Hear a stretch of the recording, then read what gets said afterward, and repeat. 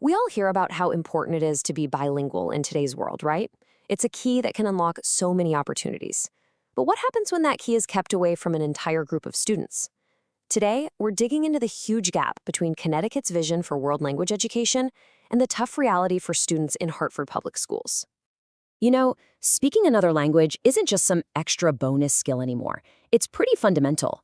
Connecticut gets this. The state's official vision is all about preparing every single student to be a full participant in the global workforce.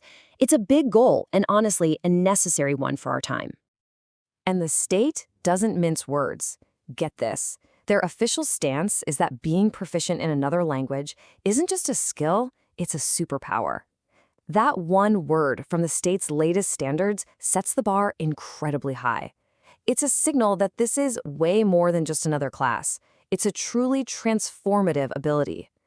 So let's explore what this superpower really looks like, at least according to the state's official plan, because they have a very clear and pretty ambitious vision for how students are supposed to get there.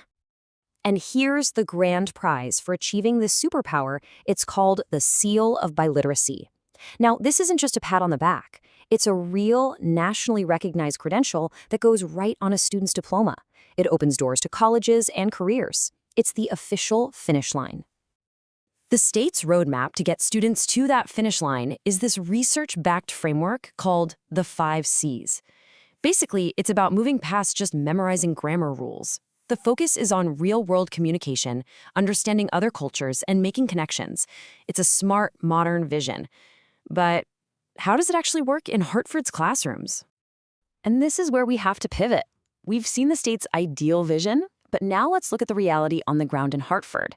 And, well, this is where we find a major disconnect. 45 minutes. That's it. For a lot of elementary school kids in Hartford, that is the total amount of world language instruction they get per week. And that's not a guess. That's what research from Hartford's own teachers has found. This chart really puts that number into perspective. Hartford's 45 minutes a week is less than half of the absolute minimum that research says is needed for students to actually become proficient. We're not talking about a small gap here. This is a chasm. So what does this gap actually mean for a kid? As Hartford resident Walt Kenia puts it, if you're a student who was born and raised in Hartford speaking only English, that seal of biliteracy, that amazing opportunity, is basically impossible to get. The system just isn't set up for you to succeed. Action research done by Hartford Public Schools teachers actually gives this problem a name: opportunity inequity.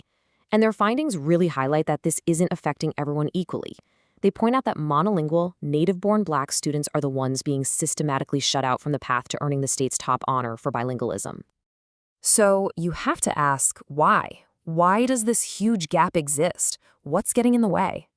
Let's take a look at what the district's own teachers found when they researched this very question.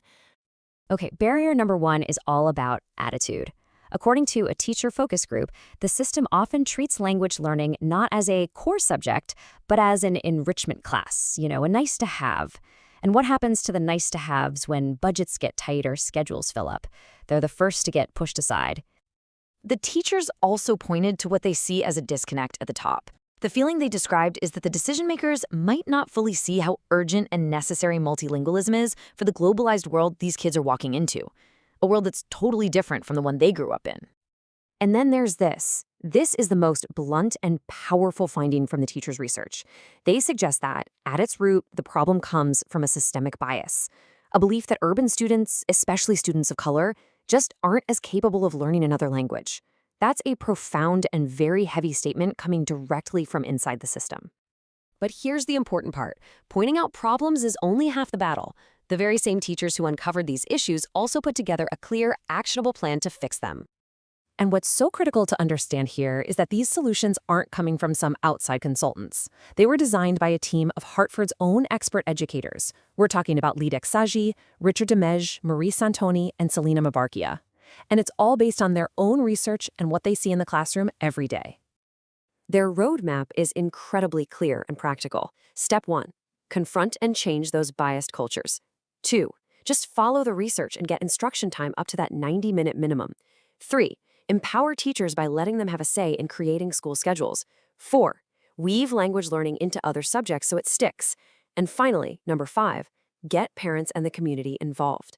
This isn't just a vague idea, it's a real plan. So, with the problems laid bare and a solution right here on the table, it all boils down to one final question. What's it going to take to finally bridge this gap? So let's just recap. The state has a bold vision, the research on how to achieve it is crystal clear, the specific roadblocks inside Hartford Public Schools have been identified, and a detailed plan to fix it all has been designed by the district's own teachers. All the puzzle pieces are right there on the table. In the end, it really just comes down to will. It comes down to accountability. The teachers have done their part, they've drawn the map. The destination is clear. The only question left for the students of Hartford is this: who is finally going to step up and take the wheel?